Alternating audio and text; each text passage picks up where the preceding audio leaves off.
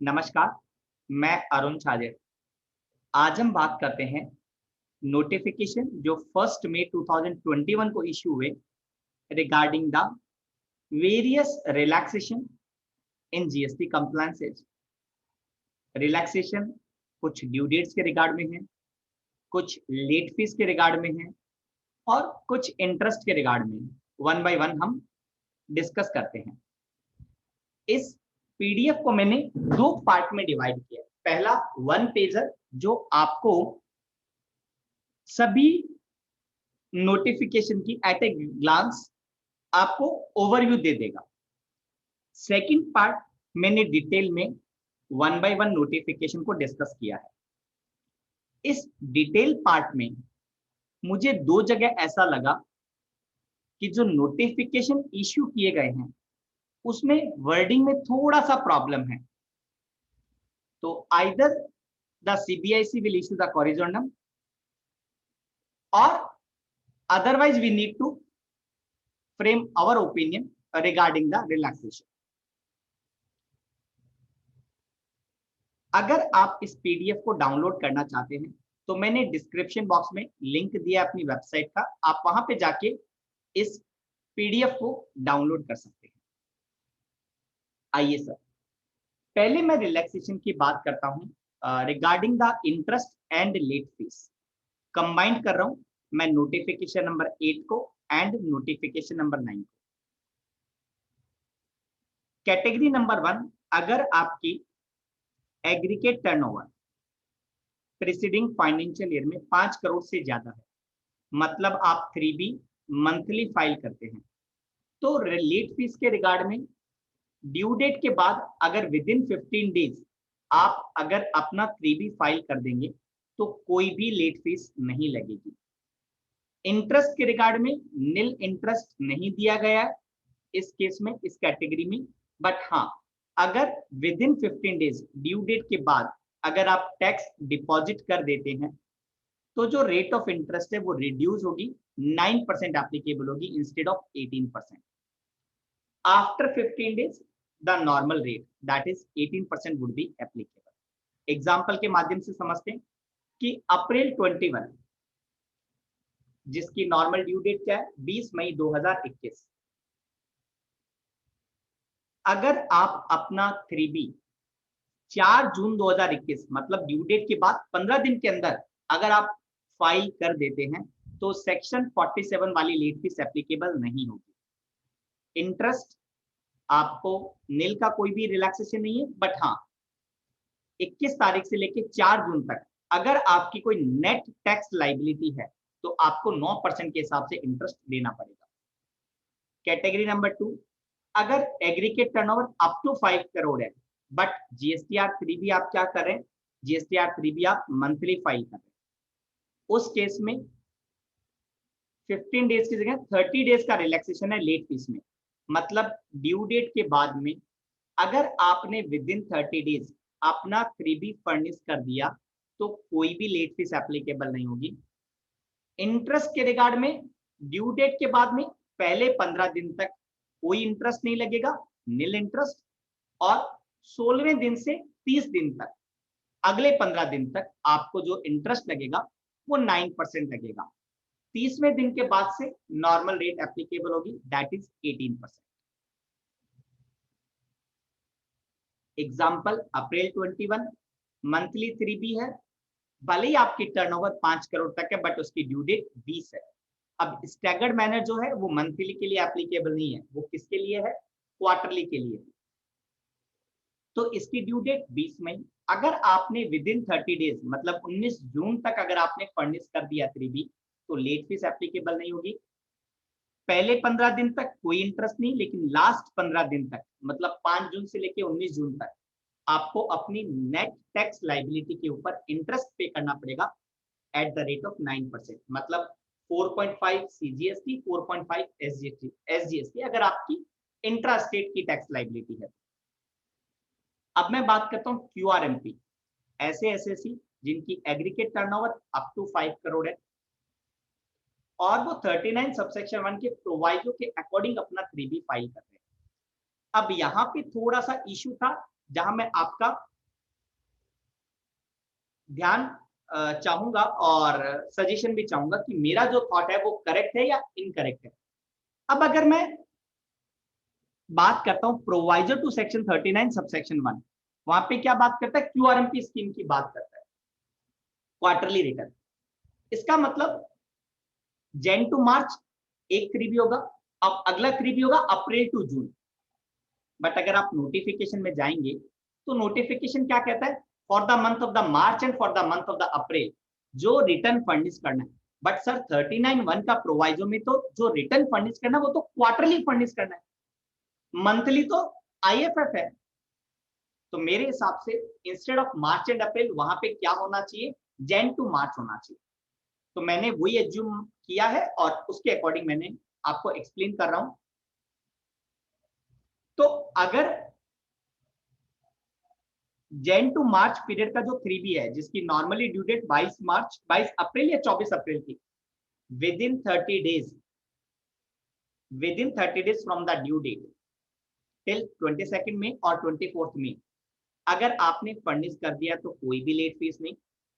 But yes, interest पहले 15 दिन तक नील होगा और उसके अगले 15 दिन तक 9% होगा, same as last.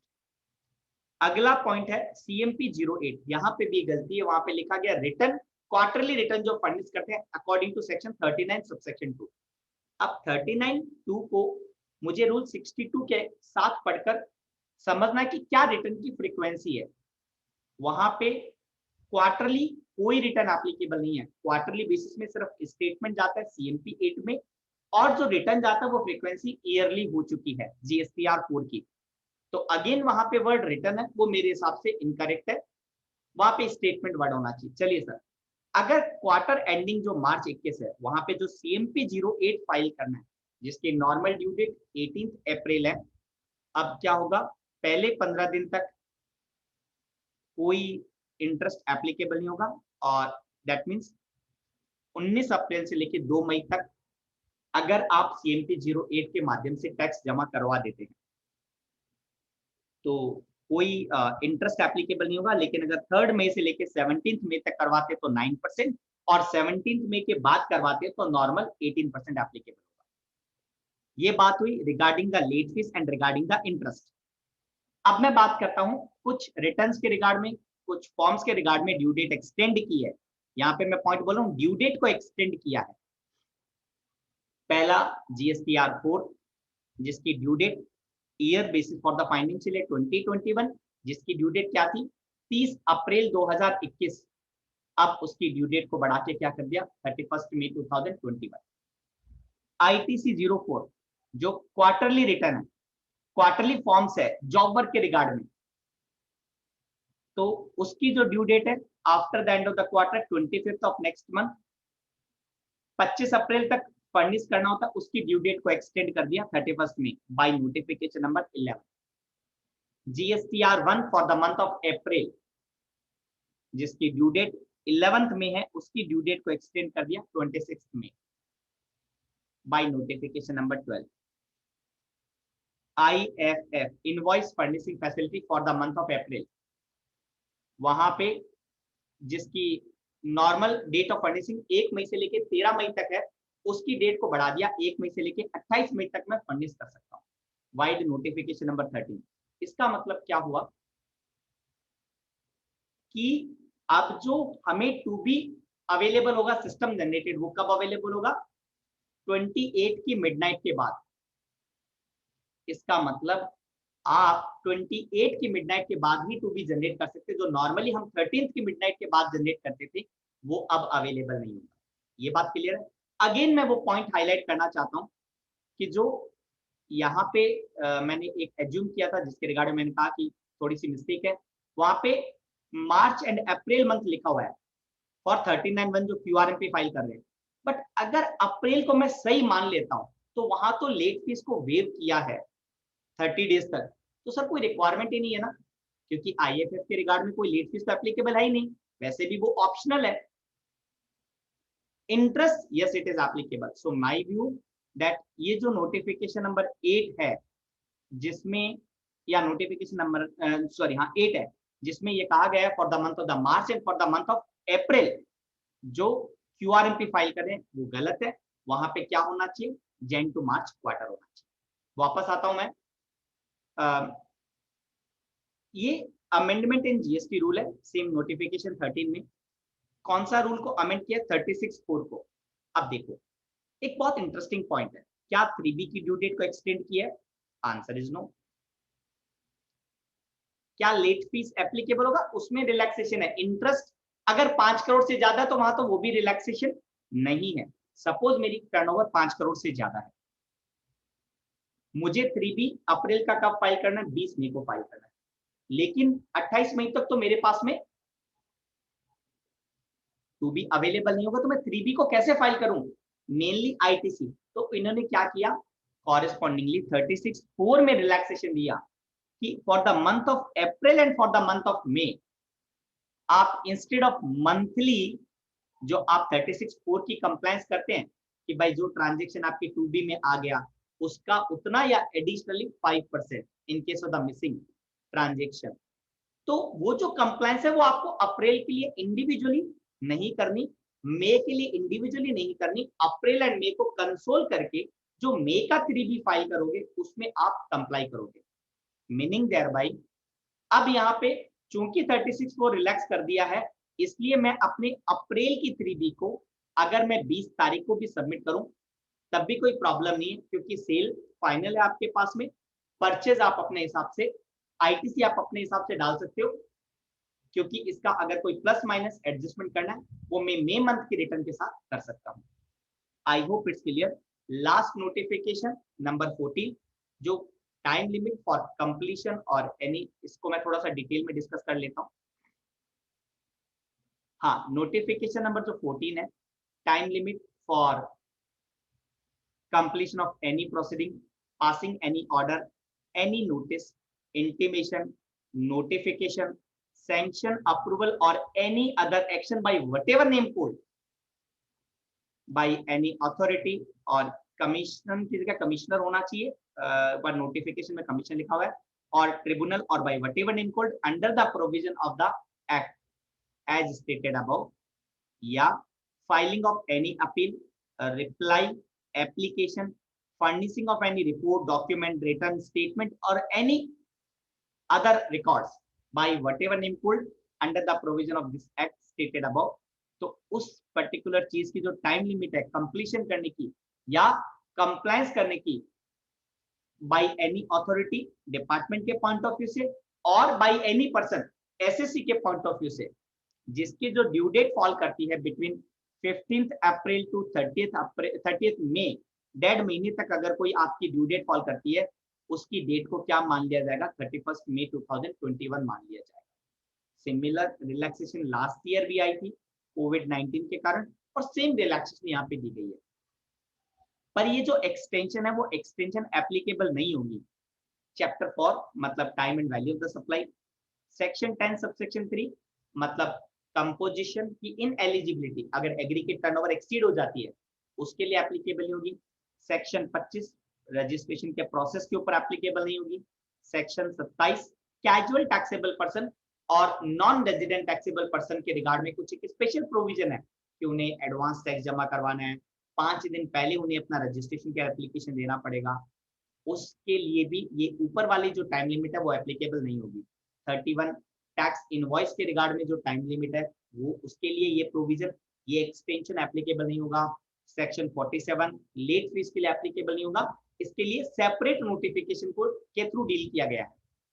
50 interest same separate notification के थ्रू डील किया। Power to arrest, liability of the partner of the firm to pay the taxes, 122 penalty, section 129 detention seizure and the release, इन सब के लिए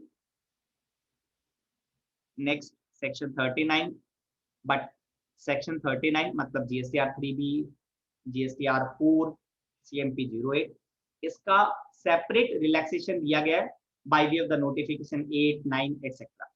बट ये जो notification 14 का extension है वो एप्लीकेबल नहीं होगा। लेकिन यस 39(3) के लिए जो TDS की बात करता है, 39(4) के लिए जो ISD GSTR 6 की बात करता है, 39(5) के लिए जो नॉन रेसिडेंट के केस में जीएसटीआर 8 फाइल करने की बात करता है, जीएसटीआर 5 फाइल करने की बात करता है, उन सब के केस में ये ऊपर वाली जो एक्सटेंशन है वो एप्लीकेबल है। सेक्शन 68 के लिए एप्लीकेबल नहीं होगी और जितने भी रूल बनाएंगे उनके लिए एप्लीकेबल नहीं होगी। इसके बाद में दो बात और लिखी गई है। रूल 9 के लिए जो टाइम लिमिट है, रूल 9 क्या है? Verification of the application and approval for GST registration. इसकी अगर ड्यू डेट फॉल करती है 1 मई से लेके 21 मई के बीच में, अगर 1 मई से लेके 21 मई के बीच में फॉल करती है तो उसकी ड्यू डेट को एक्सटेंड मान लिया जाएगा 15 जून। सेम अगर कोई नोटिस इश्यू हो चुका है for rejection of the refund claim और time limit for issuance of the refund order in terms of the provision subsection 5 read with subsection 7, अगर उसका जो डेट फॉल करता है 15 अप्रैल से 30 मई के बीच में, तो उसकी डेट को क्या मान लिया जाएगा? यहाँ पे विच एवर लेटर का कॉन्सेप्ट है, 15 मई after the receipt of the reply to the notice from the registered person, या 31 में विच एवर इज लेटर, तो वो डेट मानी जाएगी।